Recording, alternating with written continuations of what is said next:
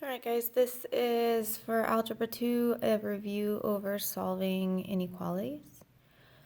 We've already covered this, so I'm just going to go through it as quickly as possible. If you don't understand it after this, you need to either come see me or go back to the chapter on inequalities and go over that step-by-step instruction if that's what you need. When you're solving inequalities, you want to make sure that you solve it like an equation.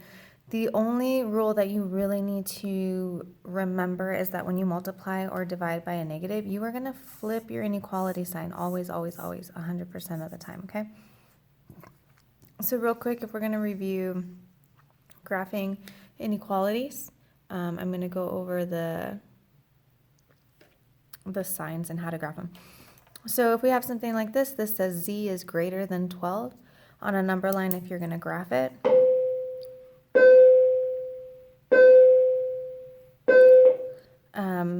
12 is positive, so it's to the right of the 0. We have a point 12. Greater than is going to give you an open circle. Greater means bigger, so bigger than 12 is going to be to the right. Okay, as we go through this, all of your solutions need to be plotted on a number line. If you don't know the signs, they're right here. Greater than or less than has the open circle on the number line. Greater than or equal to, less than or equal to has the closed circle. Okay, you always want to make sure that you remember the difference between the two. This one over here is 23 less than or equal to y. You can plot this, but I would really recommend that you flip this whole thing. Okay, so you want to flip this so that your variable's on the right. Now you need to be, or on the left. You need to be careful when you flip it because a lot of times you'll put the y over here and the 23 over here, but you'll leave the inequality sign the same. Okay, when you flip it, you have to flip the whole thing. This one, it's opening towards the y. When you flip it, it still has to be opening towards the y. So make sure that when you flip it, you flip the whole thing completely. So now that we've done that, we see that y is greater than or equal to 23. 23 is positive. It's going to be a closed circle. Greater than is to the right. All right, so that's just how our solutions are going to look. I have some examples on solving the inequalities. For those of you who struggle with solving equations, make sure that you always bring your line down the middle so that you know where everything is going. Here, these are like terms. Okay, negative 6n minus 3n, we can combine that. So that's going to be negative 9n. Okay, this 9 is just going to come down because it hasn't changed. So now you can either solve for it or you can flip it. I'm going to go ahead and flip it here so that you see what's going on. So we're going to flip to keep variable on the left. Okay, so I'm going to put my negative 9n here and my 9 here. This is opening towards this side, so when I rewrite it, I'm going to make sure that it's opening on the other side. Okay, so now I'm going to solve for n. I have to get rid of this negative 9, so I'm going to divide by negative 9. What I do to one side, you have to do to the other. Okay, when you divide by a negative, you have to flip the inequality because we are dividing by the negative. So then this inequality is going to go back to its original less than. Negative 9 divided by negative 9 is positive 1, n. 9 divided by negative 9 is negative 1. So then our answer is n less than negative 1. So if we want to sketch that on or plot it on a number line, negative 1 is on the left, open circle, n is less than, so less than is to the left. Okay, so our solution is this and this. You want to make sure that you have both pieces. I have a few more examples. Sorry if that's kind of dark, guys. There you go. So I have 7 minus n is less than or equal to negative 5 minus 9. I'm going to check for any like terms. Can't combine this, can't combine this, so I'm going to start moving stuff around. I'm going to go ahead and bring this 5 over here because I want to get my n's on one side. It doesn't matter what order you are moving stuff around. So the 7 comes down, this negative 9 is going to come down. 7 comes down.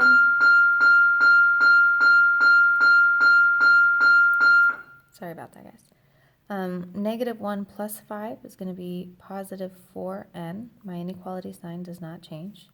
That's going to go to 0 minus 9. 7 plus 4n less than or equal to negative 9. I'm going to move that 7 over. Okay, I'm not dividing by this negative, so my inequality sign is going to stay the same. 7 minus 7 is 0. 4n comes down, less than or equal to. Negative 9 minus 7 is going to give you a negative 16. Divide both sides by 4. I'm not dividing by a negative, so my inequality stays the same and is less than or equal to negative 4 is our solution. So on a number line, negative 4 is to the left, close circle, to the left. Okay, sorry about that, guys. So here are two solutions. I have a few more examples. Here I have negative 4 is less than m plus 2 minus m. So I'm going to combine my like terms over here. I know that I can combine m and negative m. So I have negative 4 is less than m minus m is 0 plus 2. So that when I rewrite it, it's negative 4 is less than positive 2. This is actually a true statement, so that when you have a true statement, your solution is actually all real numbers. Okay, so if you wanted to denote that on a number line, it would just be a line going back and forth. Okay, a continuous line going back and forth. That's all real numbers. Okay, so you always want to check your math first, but if you have a true statement, then you have all real numbers. Okay, so that's something that you need to remember. I have another example here. We're going to combine our like terms, which we have here and here. So this is 6 less than 1 minus 2r plus 2r. So 6 less than 1, negative 2 plus 2 is 0. So then you have 6 less than 1. Well, that's actually going to be a false statement. So if you have a false statement, that means that you have no solution. So then your number line would stay blank. On this one, all real numbers, you do have a line going continuously in both directions. No solution, there's no line. Okay, so that's another one that you want to make sure you're checking for. You need to know these special cases for the rest of this chapter. All right, so the last example here, we have 60 less than negative 3 times 5n plus 5. You want to go ahead and draw your line all the way through. The first thing we're going to do is distribute that negative 3. Now I am multiplying by a negative here, but I'm not going across the inequality sign, so that's just going to stay the way it is. Okay, so that 60 is going to come down.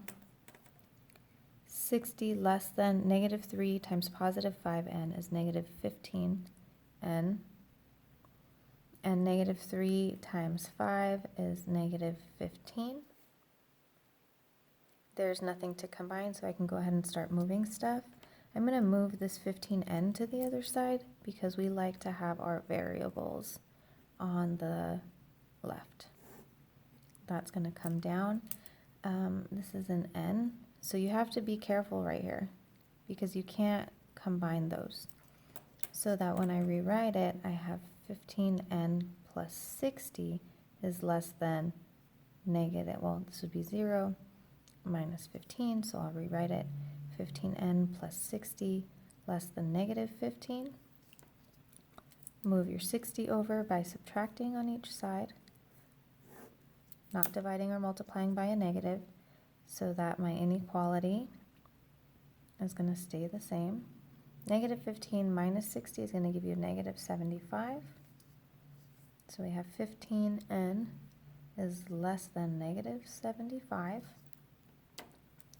You can divide both sides by 15.